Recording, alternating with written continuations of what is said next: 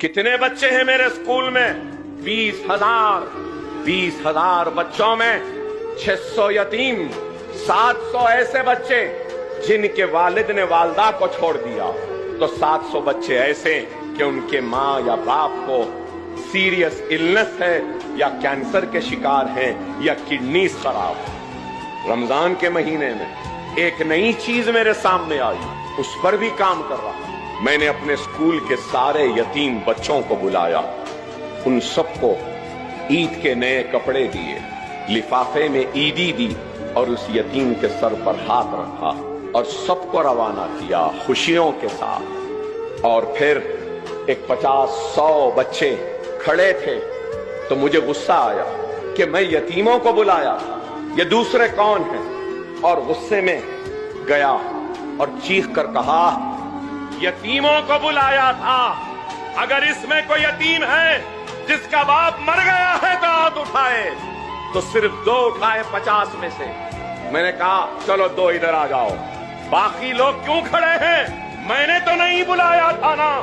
तो उसमें से 2 लड़कियां मेरे गुस्से को देखकर रोने लगी। मैंने पूछा क्यों रो रहे हो? तो 2 लड़कियां रोते रोते कहने लगी, अकबर भाई हमारा बाप जिंदा है, लेकिन 12 साल हो गए हमारे बाप ने हमारा पुरसाने हाल नहीं जाना। 12 साल हुए हमने उनको नहीं देखा, उसने हमको नहीं देखा, हमारे पास ईद के लिए कपड़े नहीं है, कोई नहीं है, हमारी माँ घरों में बर्तन मांजती है, हम यतीम नहीं हैं, लेकिन यतीमों जैसी जिंदगी गुजार रहे हैं। मैं आगे बढ़कर उन रोती हुई बच्चियों को अपने गले लगा लिया और कहने लगा, बेटी मुझे माफ कर दो, मेरे गुस्से को माफ कर दो, तुम फिक्र न करो, तुम्हारा बाप अकबरुद्दीन ओवैसी की शक्ल में जिंदा है।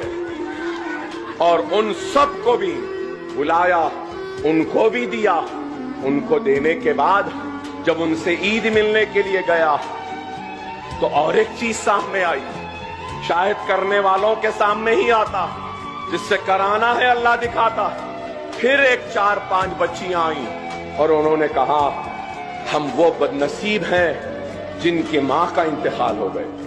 मैंने हैरत से देखा तो उन लड़कियों ने कहा, अकबर भाई हमारी मां नहीं है और हमारे मां के इंतकाल के 15 रोज में ही हमारी वालिद ने दूसरी शादी कर ली।